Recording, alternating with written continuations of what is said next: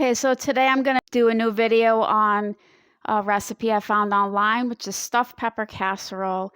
And I changed it up a little bit. It's just the two of us, so I actually make half the recipe.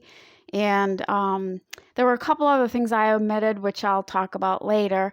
But what I do is I make ground beef patties for hamburgers, and these are each a quarter pound. So I just take two of these out of the freezer, thaw them out, and I know I have a half a pound of hamburger, which is what I'll need for this recipe. And I'll give you all the measurements later when I'm actually making it on the stove top. But then we have 2 green peppers. The first time we made it, we used the colored peppers, and it doesn't really make that much difference. So this time we just bought the green peppers and 1 onion. And you'll see I have a brace on my wrist and compression glove on my hand. I have a disease called Charcot-Marie tooth and causes weakness, and I get hand cramps and spasms. So my husband actually does the cutting of the vegetables for me, the prep work, which is a big help. So the other ingredients, we just have some olive oil, some beef broth, Worcestershire sauce, some rice. These minute rice cups are great.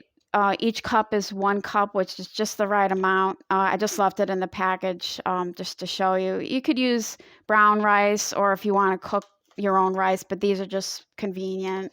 And then we have some tomato sauce, which you could use crushed tomato. This is tomato sauce my husband cooked up, and I just package it up in these little containers and freeze it. So this is about a cup.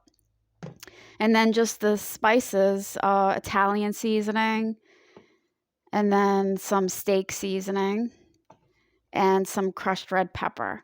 And the things that we omitted are crushed garlic. My husband can't eat garlic, it bothers him.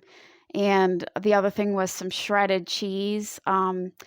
Because it's a casserole, I guess they put it on there on the top, and we just found it got kind of stringy, and it's better without it for us. But you can use that if you'd like. And one other thing is, this is can be made in the oven, and if you have a Dutch oven.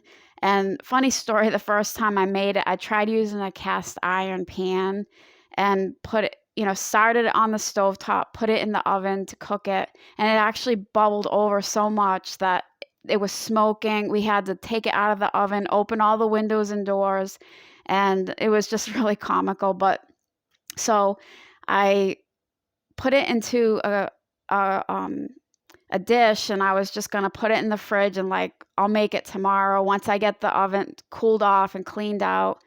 And my husband was like, "Oh, it smells so good. I really wanted to have it tonight." So what I did is I actually put it in a pot on the stove and just cooked it that way.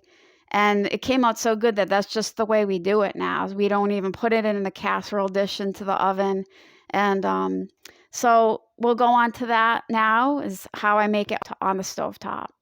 Okay, so I have the pot on the stove, and I have about 2 tablespoons of olive oil I'm going to add. And I have the burner on high right now, and just let that warm up. Just move it around a little just to coat the bottom of the pan, and then just take my hand and make sure that it's hot. And I'm going to add the ground beef. This is about a half a pound, and add that to the pot. And just keep in mind, this is a condensed version. My husband edited this to make it less time, so you don't have to watch all 30 minutes of me making this casserole on the stove. So I'll give you the times and the measurements. And so we have this ground beef. I'm just going to cut it up with the spatula into smaller pieces. Just try to cut it so that it's really fine. You don't want big chunks of this. You want it to be small pieces of the ground meat. And just kind of cook that till you cook out all the pink so that it's brown. All right. So now I'm going to add the spices, and I have crushed pepper. I'm going to add just about a pinch of that. You don't want too much. You don't want it to be too spicy. We have steak seasoning, and that's just a sprinkle. I'd say half a teaspoon. And then Italian seasoning. Just once again, just a sprinkle. Okay. And just stir that up again. Get all the spices all mixed in. And we're still kind of browning the meat. Okay, and I have a diced up onion. I'm going to add that to the pot. And just cook that till like it's translucent, probably about 5 minutes. It's still going to cook because we're going to put in the green pepper after this, but 5 minutes just to start. And just stir that around every so often. Okay, and I have the green pepper my husband chopped up for me.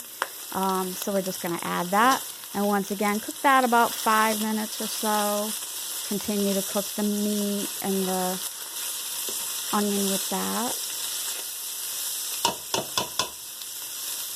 I'm just going to add some salt to the green pepper because that helps to soften it. So just a sprinkle of salt. And then just after 5 minutes or so, just keep stirring it. And now I have the rice, and that's 1 cup of white rice. And just add that, mix it in, and that's already pre-cooked. I have 1 cup of beef broth. Stir that in. And 1 tablespoon of Worcestershire sauce.